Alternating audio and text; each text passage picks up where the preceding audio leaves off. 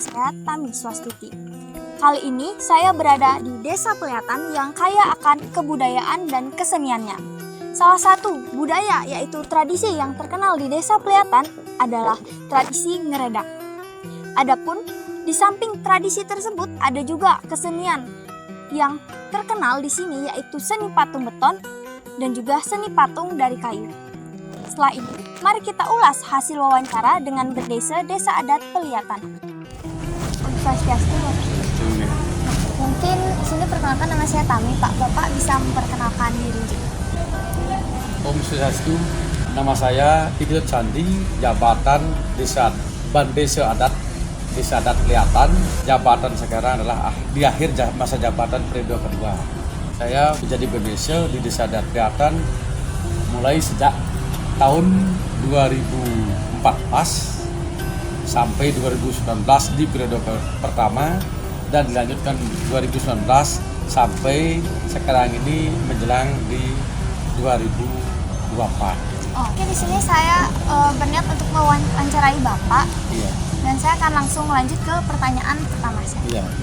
Untuk pertanyaan pertama di sini, dari Desa Peliatan itu sendiri, apakah ada asal usul mengenai Desa Peliatan itu? Ya, mengenai sejarah nama Desa Peliatan yang sudah dimuat di dalam awik-awik dan prarem Desa Adat Peliatan dan mungkin adalah di dalam profil Desa Peliatan bahwa sejarahnya adalah beliau seorang pendeta atau seorang brahmana yang berasal dari daerah Buruan Blabatuh Gianyar datang untuk bertempat tinggal di Desa Peliatan.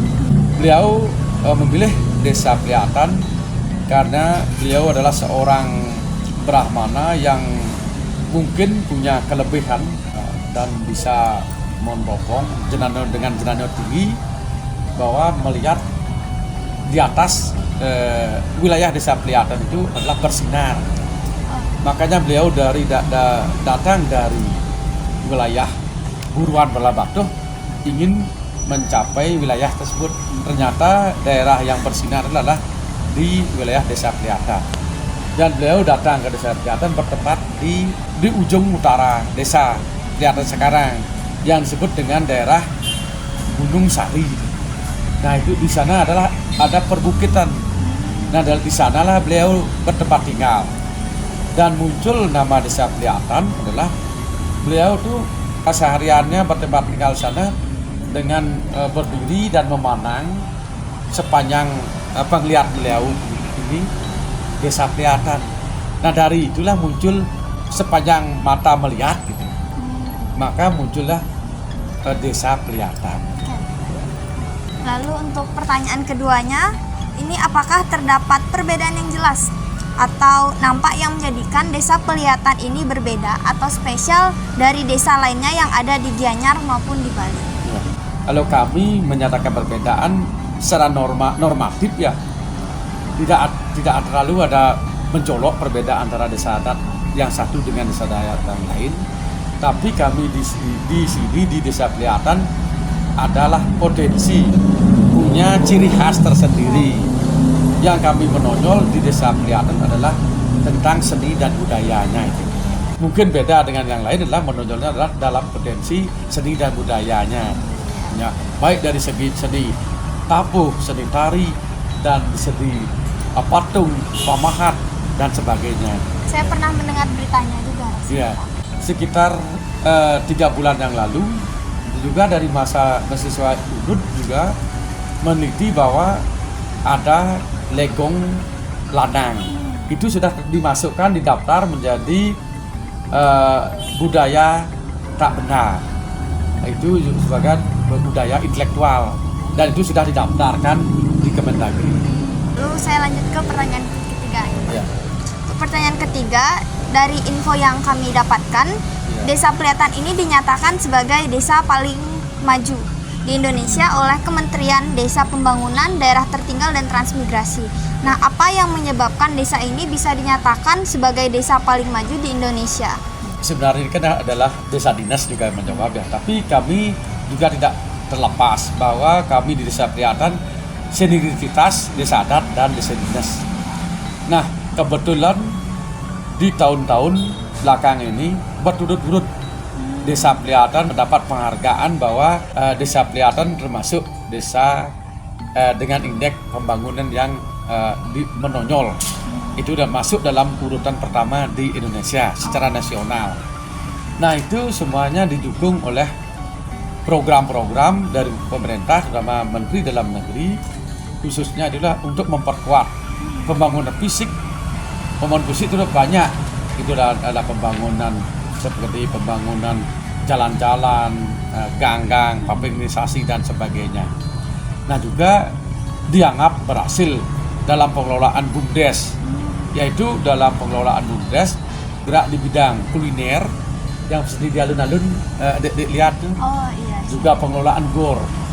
Ini ada seni bela dirinya, karate, silat dan sebagainya, bulu tangkis, sepak takraw. Nah, itu pun GOR ini sering digunakan untuk event di tingkat kabupaten juga. Dan juga pasar Desa Peliatan itu sudah cukup lumayan berjalan bagus. Juga pengelolaan lapangan sepak bola. Nah, itulah keberhasilan untuk di tingkat BUMDesnya, badan usaha milik desa. Dan juga tidak terlepas dari keberhasilan pengelolaan ekonomi masyarakat juga untuk membangkitkan perekonomian masyarakat dan memperkuat ekonomi masyarakat juga. Nah, itu bidang-bidang lainnya itu pendidikan. Dari tingkat pendidikan juga kami Desa Peliatan juga mengelola PAUD, ada 4 PAUD di Desa Peliatan, juga ada TK Hindu Negeri, ya. Dan terakhir kami di desa juga bisa membeli tanah untuk pembangunan SMP Negeri 4 yang tahun ini di 2023-2024 sudah mendapatkan siswa sebanyak kurang lebih 200 orang untuk penerimaan siswa yang pertama kalinya. Ya. Dan dengan berkat peran serta pemerintah mendukung berdiri sebuah SMP negeri yang sekarang adalah untuk Kecamatan Ubud adalah SMP Negeri 4 Ubud. Dan dari segi kesehatan di Peliatan juga ada dengan bantuan dari pusat pembangunan Poskesdes Desa Peliatan yang dibeli oleh Desa Peliatan.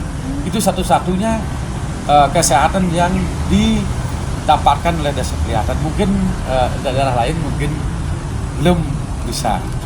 Dan itu pun di Desa Peliatan ada posyandu untuk anak balita, ada posyandu jiwa, ada posyandu lansia. Itu banyak posyandu itu. Juga ada senam ibu hamil juga. Nah, itu dari kesehatan banyak juga program-program yang sudah dilaksanakan. Saya lanjut ke pertanyaan selanjutnya, Pak. Ya. Menurut Bapak selaku Bendesa Desa Adat Peliatan, bagaimana caranya agar desa ini dapat terus dikenal dan eksis sebagai desa dengan objek wisata? Terkait dengan Desa Peliatan termasuk desa destinasi pariwisata, kami dari Desa Peliatan tetap dengan eksis. Satu adalah membina, mengembangkan dan melestarikan seni budaya yang ada di Peliatan, termasuk seni tabuhnya, seni tarinya. Seni tari ini adalah sakral dan ada yang seni tari biasa untuk dipentaskan kepada pariwisata. Termasuk ada legong keraton, legong lasem, juga ada tari kecaknya. Dan kebetulan di Peliatan ini ada sanggar yang dibina oleh Guru Soekarno Putra ya. Dan termasuk di Desa Peliatan untuk membidang seni, kami tidak membentuk wadah yang disebut dengan Natyasani. Itu pun orang-orang yang seni, baik pun dari seni tabuh, tari, pedalangan dan sebagainya. Nah, mungkin kalau di tingkat kecamatan, kabupaten dan provinsi itu namanya Listibia, tapi kami di Desa Peliatan dengan istilah Natyasani. Cukup unik namanya. Ya. Baik, saya lanjut ke pertanyaan selanjutnya, Pak. Ya. Saya sempat mendengar di beberapa artikel bahwa Desa Peliatan ini memiliki tradisi ngeredak. Ya. Nah, apakah Bapak bisa menjelaskan sedikit mengenai tradisi ngeredak tersebut? Itu bagian dari upacara ritual. Kami di Desa Peliatan kami sebut dengan istilah upacara ngunyo nyatur desa. Ngunyo nyatur desa itu dalam hal ini adalah kami tujuannya adalah untuk menetralisir hal-hal negatif, utawi menangkal atau dibalik dengan menangkal bala atau hal-hal yang bersifat negatif. Karena kami di Desa Priatan memahami bahwa mulai yang disebut dengan sase genem adalah penuh dengan aura hal-hal negatif, atau mungkin kalau di kedokteran atau mungkin di daerah lingkungan itulah perubahan dari musim kering ke musim hujan. Nah, ini prosesinya adalah satu, bagi masyarakat atau pengempon atau banyar atau puro yang nyungsung pelawatan Ide Betaro, pelawatan Barong, Rangno dan sebagainya, itulah ditedunkan atau diarak ke keliling desa, tapi dengan upacara pertama, upacara penedunan di masing-masing puro.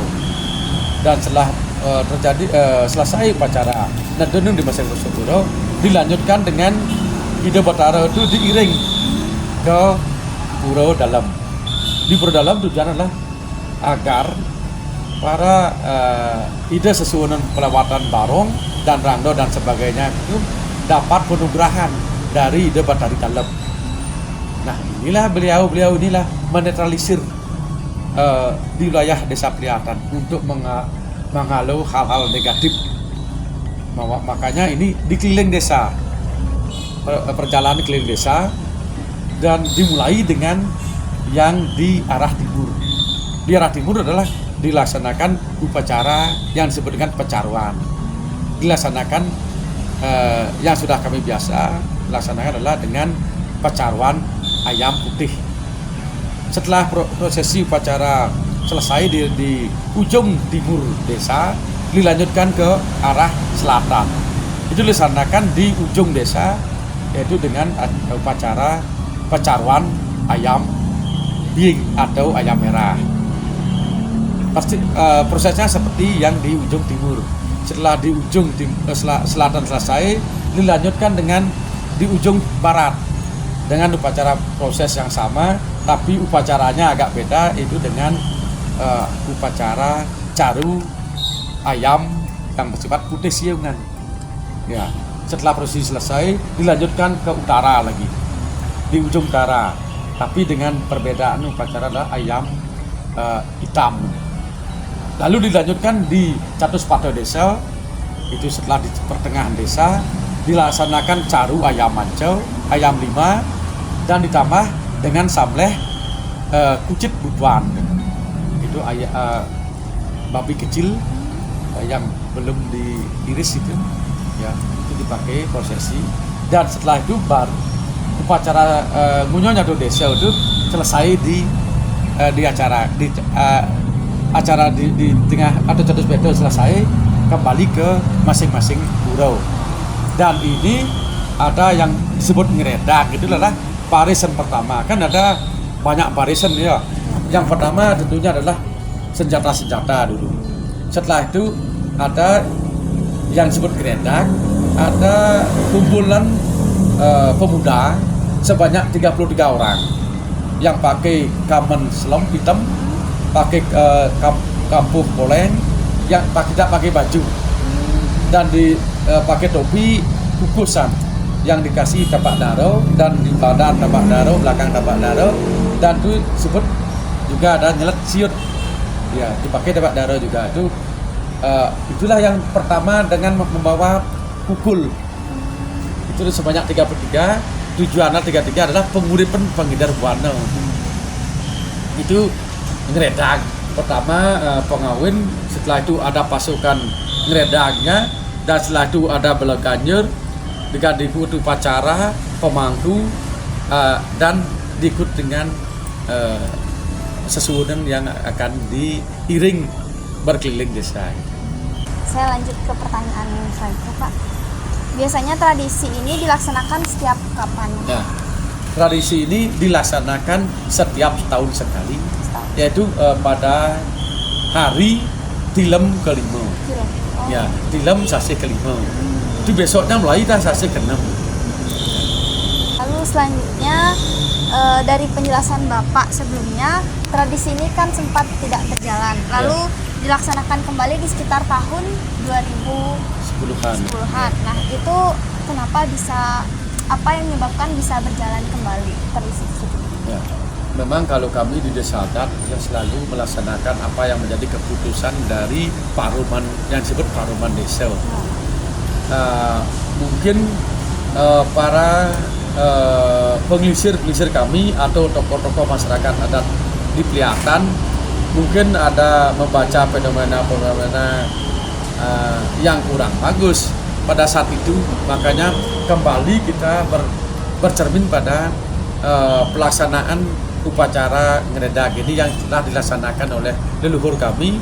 Makanya untuk salah satu untuk memuja Ida Sesunan Ring Kayangan Tiga Makasami itu perlu dilestarikan pelaksanaan untuk upacara Nyemplungnya Jatuh Desa ini untuk memohon keselamatan kepada alam dan beserta di sini. Berarti tujuan dari tradisi ini untuk memohon keselamatan Ya. alam semesta ini. Lalu saya lanjut ke pertanyaan terakhir ini sekiranya Pak, selain tradisi ngeredak ini, apakah ada tradisi unik yang lain yang dimiliki oleh Desa Pliatan? Ada. Ini ya, kalau di Desa Pliatan ada tradisi unik. Satu adalah kami di salah satu banjar, kami kan di Desa Pliatan ada 12 banjar adat. Di salah satu banjar adat ini yang kami sebut adalah Banjar Tebesayo, itu melaksanakan pementasan tari calon arang yang sudah kami terima sebagai warisan dari turun temurun. Itu dilaksanakan setiap 6 bulan sekali. Itu bertemu pada hari Redite Klion Pucut. Itu rutinitas kami laksanakan setiap 6 bulan sekali. Itu sudah merupakan warisan dari leluhur kami yang dilaksanakan di ujung Banjar Tebesayo, tepatnya adalah di Jabo Puro Dalam Buri. Tujuan tersebut adalah tetap seperti upacara-upacara lain adalah memohon keselamatan kepada alam dan beserta di sini.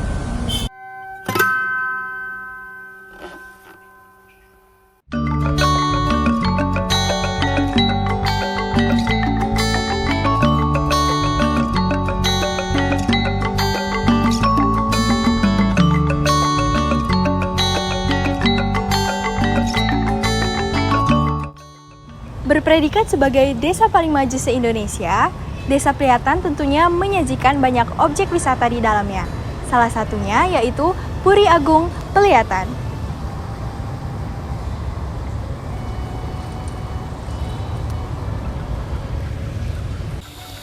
Terlepas dari banyaknya puri di Bali, Puri Agung Pliatan tentunya memiliki daya tarik tersendiri yang ditawarkan kepada para wisatawan. Dalam wawancara mendatang, kita akan mengulik lebih dalam terkait Puri Agung Pliatan. Om Swastiastu. Swastiastu. Sebelumnya perkenalkan, saya Putri dari Universitas Udayana. Baik. Mungkin sebelumnya dari Ratu boleh diperkenalkan diri terlebih dahulu. Ya. Nama kecil saya Cokorde Gede Putra Nindya. Saya itu juga sama, dulu kuliahnya di Udayana pada waktu masih kuliah di Fakultas Hukum. Kemudian mulai tahun 2010 pengisir Puri Agung Pliatan itu kan ini wafat beliau. Sesuai dengan kesepakatan puri-puri dan juga masyarakat di sini, saya ditunjuk sebagai pengganti beliau sebagai pengisir Puri Agung Pliatan. Mungkin saya bisa tahu terkait sejarah singkat dari Puri Agung Pliatan nih, Kak. Ya, baik. Puri Agung Pliatan ini dibangun oleh Raja Pliatan yang bergelar Ida Dua Agung Made. Kerajaan Lam Sukawati itu adalah dibangun pada waktu abad ke 16 itu oleh Ida Dua Agung Anom Sirikan Dua Agung Anom. Dia mempunyai putra 3. Yang pertama itu Dua Agung Jambe, kemudian yang kedua namanya Degung Karno, yang ketiga namanya Dua Agung Mayun. Nah, Dua Agung Mayun ini punya putra 11, ya. Laki itu adalah 10 dan 1 perempuan. Nah, satu yang prami, yang pewaris itu adalah satu ibu. Itu pertama namanya Dagung Gede, yang nomor 2 Dagung Made, yang ketiga itu anak Agung Isi Mukhtar. Kemudian Dagung Gede, Dagung Made ini terjadilah sedikit perseteruan, tapi akhirnya satu-satunya senjata yang memang warisan utama di dalam Sekwati itu namanya Ida Segara Melayang, itu direbut oleh Dagung Made, kemudian langsung dibawa ke Badung, langsung ke utara sampai ke Tegalalang dan sebagainya. Kemudian akhirnya beliau nyenak atau berhenti membuat puri kecil di sana di Tegalalang. Akhirnya beliau merasa terlalu jauh untuk memimpin suatu kerajaan. Nah, akhirnya beliau pergi ke selatan. Nah, tibalah di Pelihatan ini. Nah, terlihat di Pelihatan ini gunung juga jelas, hamparan, dan kelihatan yang begitu indah, tepatlah jadi pusat kerajaan. Oleh Dagung Made dibuatlah puri ketika itu di Pelihatan ini. Jadinya ada suatu komitmen. Baiklah, kerajaan Sekwati kita bagi 2. Yang pembatasnya itu adalah Patung Bayi yang dari Sakah itu ke selatan sampai ke laut di ada pura kita punya di Sekwati dan di Erjerok, itu di sana sampai sana batasnya ke selatan. Kemudian Dua Agung Made ini dari batas selatan itu di Sakah itu Patung Bayi sampai di Batur. Kita akan di puri itu sebagai puri, bukan lagi sebagai kekuasaan pemerintahan, tidak punya kekuatan politik lagi. Tidak hanya puri sebagai pelestari budaya adat istiadat. Makanya hubung kita kemana? Ya ke Benesa, pada Benesa yang ada kaitan dengan kita. Udah itu kemudian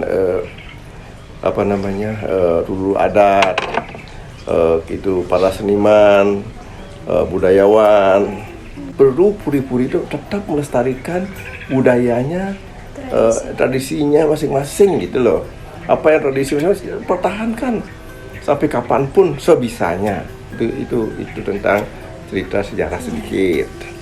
Nah, sekarang tentang Puri Agung Pelihatan akhirnya menjadikan arti objek wisata adalah 2005 kita mulai katakanlah aktif seperti ini, kemudian mulai ramai lah katakan, kemudian tamu-tamu masuk dengan seperti itu. Puri Agung Pelihatan ini yang notabene ini pusatnya di Pelihatan, juga ada pada puri sini, ada Puri Kaleran, ada Puri Mandala, ada Puri Kelodan, banyak sekali puri. Tapi di sinilah puri induknya. Induk ini ada katakanlah dibagi 3, kepala, badan, dan kaki. Kepala itu adalah tempat sembahyang kita, ya, namanya Merajaan Agung. Di sana dibagi 5 blok lah katakan, 5 blok.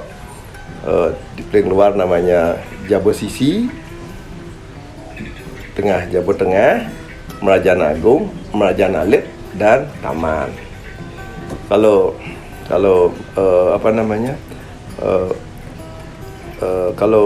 khusus untuk Jabo Tengah Jabatan Sisi, Jabatan Agung itu tiga itu adalah sifatnya umum. Arti di sana tidak ada luhur yang di sana yang tidak. Semua posisi berada di Majanalip. Makanya siapapun Majan Agung itu bisa musbah sembahyang. Kalau badan itu adalah tempat hunian para keluarga Puri. Artinya tempat tinggalnya kita lah. Ada dibagi tiga, barat, tengah, dan timur. Masing-masing barat, tengah, timur masing-masing katakanlah bagian ini dibagi 4 blok. Semua punya nama yang berbeda. Di sini disebut barat itu Serenkauh, ya. Serenkauh itu namanya Serenkauh Sikaler, Serenkauh Si Tengah, Serenkauh dan Loji. Dan 4. Puri Rangki, Seren Agung ini, Puri Anyar, Semarbawo. Berarti ada 4 natah begini. Bloknya enggak natah ya. Udah itu di Seren Kangin juga 4. Seren Sikaler, Seren Si Tengah, Seren Siklot, Daging Sumangen, ada 4. Ada jadinya 4 kali 3 dong. 4 kali ya. 4 kali 3 berarti ada 12 blok. ya blok begini gitu. Tapi tetap intinya seperti ini. Ada gedong, ada balai gede. Nah itu yang di sini balai loji daun, loji dangin, dong sari itu namanya. Ini masing-masing punya nama lah. Artinya seluruh daripada balai-balai yang ada di sini itu semua ada fungsinya. Kemudian lanjutkan dulu lagi sedikit adalah kaki. Kaki itu adalah Sumanggen dan Ancasaji. Kalau umpama ada kematian, ada keluarga besar yang meninggal, dibuatkan plebon yang dilakukan di Sumanggen, ya. Itu Ancasaji itu gunanya untuk tempat ini penerima tamu, aktivitas budaya, pementasan, kepentingan sosial dan sebagainya. Kemudian ada alun-alun sebenarnya. Ya kita kan bicaranya zaman kuno ya. Alun-alun ini di depan adalah berfungsi sosial untuk kepentingan masyarakat beraktivitas sana. Ya berubah jadi pameran, jadi itu kan perkembangan namanya. Kemudian ciri daripada adanya Puri ya beringin itu. Sampai sekarang kalau ada artinya kegiatan upacara ya odalan, ada orang kawin ya didengar sebagai bukti bahwa ada acara itu dikentongin, diberingin itu. Gitu. Nah itulah ceritanya. Makanya kalau secara umum di Pliatan, Catuspata ini sebagai dasar, sebagai pusat sebenarnya yang dimiliki oleh desa adat Pliatan. Yang kita ketahui kan Bali ini udah banyak dikenal dengan memiliki puri-purinya juga. Yeah. Nah, mungkin dari Puri Agung Pliatan ini ada ciri khas tersendiri yang akhirnya menarik para wisatawan, mungkin dari arsitekturnya atau dari ada tradisi yang ditampilkan di sini akhirnya menjadi daya tarik untuk wisatawan untuk akhirnya berkunjung ke Puri Agung Pliatan. Ya, ada 2 hal yang perlu ditekankan di sini ya. Puri Agung Pliatan ini sebenarnya adalah miniatur daripada Bali. Kenapa saya bilang miniaturnya Bali? Tokoh-tokoh daripada klan atau artinya istilahkan kan masyarakat Bali itu banyak ada gini ya, ada kata keturunan Lintihan, ada yang Pandai, ada yang Pasak, ada yang macam-macam, semua ada di sini. Kemudian yang membedakan mana itu Puri Induk, mana itu Puri kedua yang dibangun, ketiga. Zaman dulu fanatiknya ada. tidak usah ke dalam, masuk aja dari Kajak Saji itu ada namanya Puri Agung. Itu, oh ini sebesar ini, setinggi ini. Nah, ini induk. Udah itu datang ke puri lainnya, lebih kecil dah dia. Tidak mungkin lebih tinggi dibuat, tidak berani. Oh ini pasti puri kedua. Udah itu berkembang lagi, lebih kecil lagi gitu. Di sanalah ciri daripada kita melihat, oh ini pasti pusatnya dulu.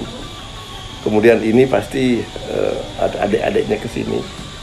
Nah, yang membedakan sekarang murid puri-puri ada kemewahannya. Kenapa puri-puri? Karena generasinya itu rajin, rezekinya bagus, kemudian mau membuat puri. Kalau miskin tidak mengerti kan runtuh, tidak bisa terpeliharakan. Akhirnya purinya mau hancur begini purinya. Kan gitu idenya. Tadi juga sempat disinggung di pemerintahan modern ini kan mungkin fungsi raja sudah nggak sepenuhnya sebagaimana mestinya seperti dulu itu. Nah, mungkin bisa dijelasin sedikit aja terkait fungsi raja saat ini dan hubungannya dengan masyarakat seperti apa aja. Iya, kita tidak punya lagi kekuasaan seperti dulu sebagai pusat pemerintahan.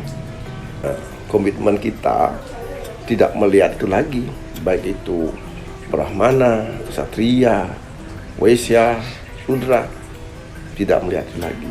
Itu kan secara jabatan formal. Tapi kalau di bawah puri, dia harus tetap melestarikan kewajiban-kewajibannya sebagai orang puri. Itu hanya melestarikan budaya agar tidak punah ke depannya. Itu hanya tujuan. Karena tidak ada lagi kita punya kekuasaan apa, memerintah orang, tidak bisa. Gitu.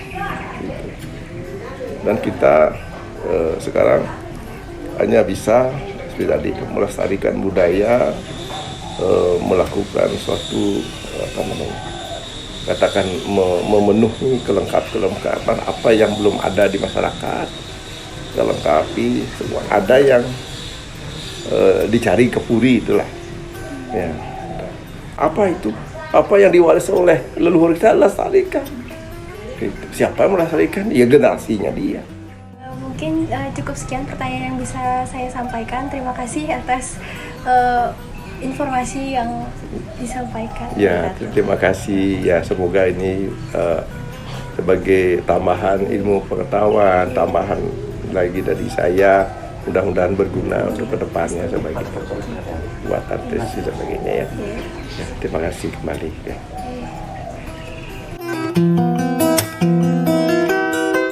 Bali dengan julukannya sebagai Pulau Seribu Pura tentu memiliki beragam jenis pura. Salah satunya adalah Pura Kayangan Tiga. Setiap desa di Bali memiliki Pura Kayangan Tiganya masing-masing.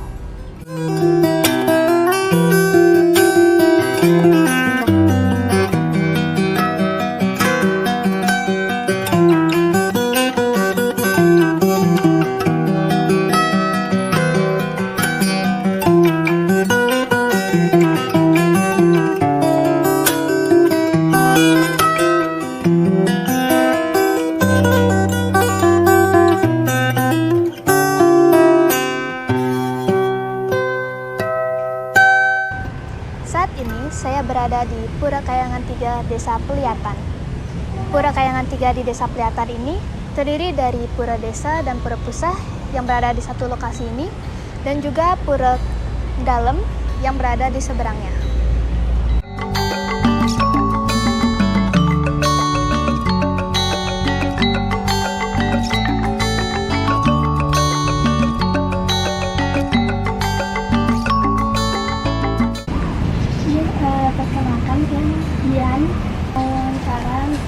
Mengenai Pura Kayangan Tiga di Desa Peliatan ya.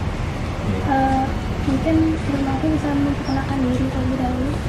Titiang iki jero mangku sen titiang wayan susila naya riki ring Pura Desa Gede Peliatan. Ya, Yus. Om Swastiastu. Yang telah pengayah riki ring Pura Desa Gede Peliatan. Pastan titiang rumangku Ibu Tu Junaidi yang Benar tiang ring banyak turno kelihatan. Seperti yang kita ketahui ya, kalau setiap desa di Bali punya Pura Kayangan 3 masing-masing tiap desanya. Saya bertanya gitu, mungkin bisa dijelaskan mengenai perbedaan yang Pura Kayangan 3 di sini sama di desa-desa lainnya. Ya, semua. Mungkin Pura Kayangan 3 seperti diketahui nika desa pusat dalam akeh ring Pura Kayangan 3 tiosan menawi genahne dada siki punika desa pusat sarang dalam punika wonten riki ring kelihatan desa pusat nika nampak genahne talak dan metiosan riki khusus ring pura desa rika ring pura pusat indek genah pura dalam iki bedauh ring Selat Margi konten kenten talar iki ring desa adat kelihatan dalamnya wenten kalih dalam agang siki us punika talar wenten pura dalam puri laning setrone talar wenten kalih yen riki khusus ring pura desa Bali Agung menika wenten wewidang riki talar ring pusat tiwas riki niki bendoan. Tolong dijelaskan mengenai struktur atau pembagian area di Pura Kayangan 3 di sini. Kita pelinggih-pelinggih utamanya yang ada di pura di sini.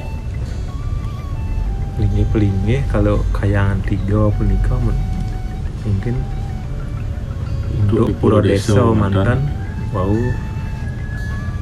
menawi dan pelinggih akeh riki ring pura desa. Kaping pertama rika Padmasana wenten Gedong Meru tumpang 5 talar wenten riki Gedong Andau, Gedong Sinab, Gedong Sari, Gedong Pasaren, Taksu,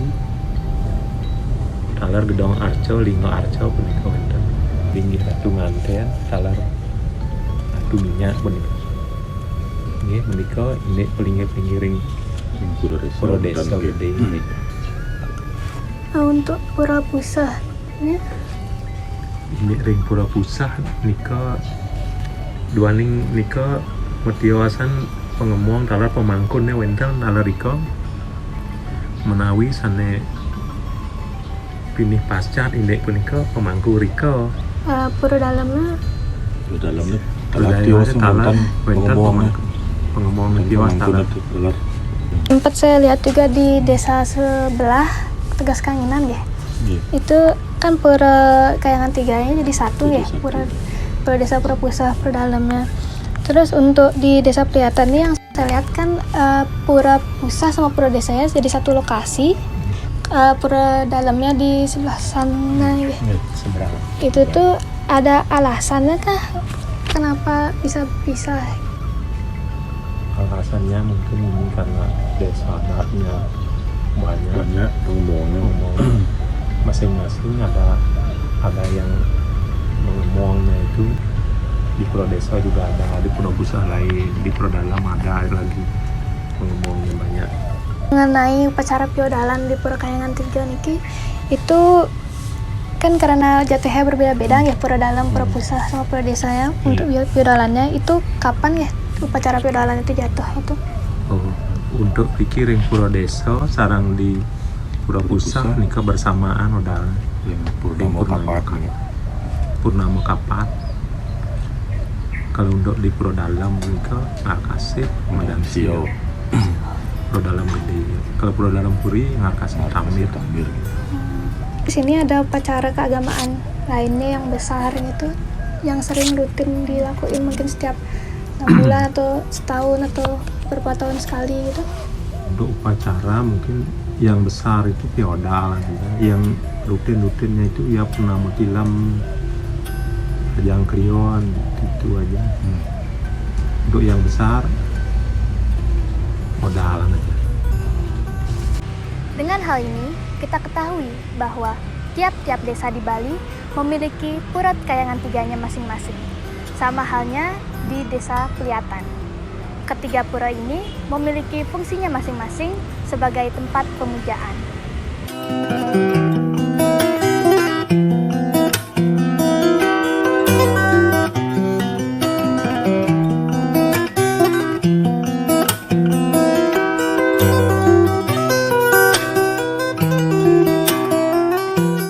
Halo semuanya, sekarang kita berada di salah satu pengrajin seni patung beton yang ada di Desa Peliatan.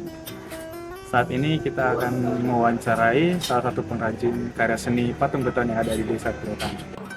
Om Swastiastu Bapak, perkenalkan nama saya Adrian. Saya dari mahasiswa Teknologi Informasi Fakultas Teknik Universitas Udayana. Bisa perkenalkan diri dulu, Bapak siapa? Swastiastu nih, Iya, Swastiastu. yang kadek Oke, Bapak. tugas selaku pembuat patung beton. Oke, kita langsung masuk ke pertanyaan aja nih Pak. Oke. Terkait sejarah nih ke Pak, gimana terkait sejarah patung beton nih bisa sampai masuk ke Desa Peliatan gitu? Kalau sejarah nih kan paling yang ngobrol kenal itu kan paling 2000 berapa nih kan, 2000-an nih. Tapi yang membuatnya nih dari awal 2005 udah mulai membuat patung beton. Oh, Nike dari 2005 cara pembuatannya seperti apa nih Pak? Yang pertama kan dari api, bangke, rangka itu, dan namanya adalah kawat timin, kawat timin, api itu yang dicul itu, terus kasih coran itu, itu dibentuk. Ketiga kalau misalnya tekstur yang mil, itu putih, kalau tekstur batu ini tadi itu tekstur batu dua tekstur gitu, mil sama terakhir paling dicat. Oh, terakhir dicat gitu. Tapi ada bagian paling susah gitu Pak?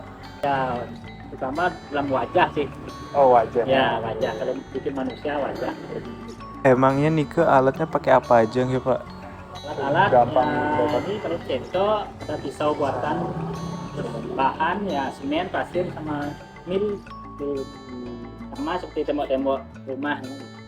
Cuman ada besinya. Oh, gitu Pak. Emang Nike yang jadi pembeda dari patung lain apa Pak? Membedakan paling nanti bisa dibuat lebih besar, bisa juga, dan gerakannya kan sesuai dengan keinginan. Kalau biasanya kayu itu kan kalau kita fokus sama bentuk kayu segitu, ukurannya ada bisa kemana-mana lagi. Kalau itu kan bisa sesuaikan selera, bentuknya, geraknya gimana kan bisa. Berarti kita sendiri bisa kreasikan. Iya, ya, Pak? semua bentuknya kayak gimana bisa. Nike emang tujuan dari utama patung beton Nike buat karya seni ya Pak? Ya sih, kan termasuk kegiatan seni nih, Kegiatan seni ya.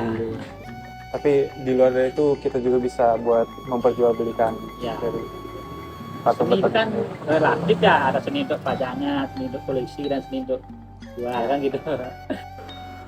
Nike kan patung beton udah lama ada di Desa Peliatan ya Pak, dari 2005. Mungkin harapan ke depan Nike terkait patung beton di generasi selanjutnya ke apa Pak? Untuk generasi sih udah nggak mungkin kayaknya ada generasi berikut, karena kan sekarang lebih banyak ke pariwisata. Yang paling harapan tuh harga bahan kita bisa berharap apa lagi, cuman Dari harga. kita bisa menempatkan lebih banyak patung dah, itu aja harapan. Kalau untuk pengikut generasi berikutnya kayaknya ada nggak mungkin deh, Oh, karena nggak kita berharap terlalu di sana. ya banyak kan yang terjun ke pariwisata ya. Baik Bapak, mungkin itu saja pertanyaan dari saya. Terima kasih Bapak udah menjelaskan. Sama Pak. Ya, itu aja.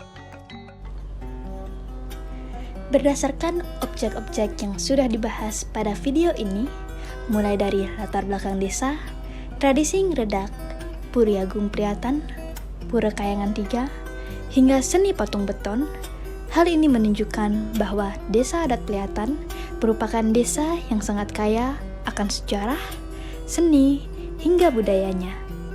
Oleh karena itu, tidak salah lagi mengapa desa yang terletak di Kecamatan Ubud, Kabupaten Gianyar ini menjadi salah satu desa objek wisata yang terkenal di kalangan wisatawan baik dari luar maupun lokal.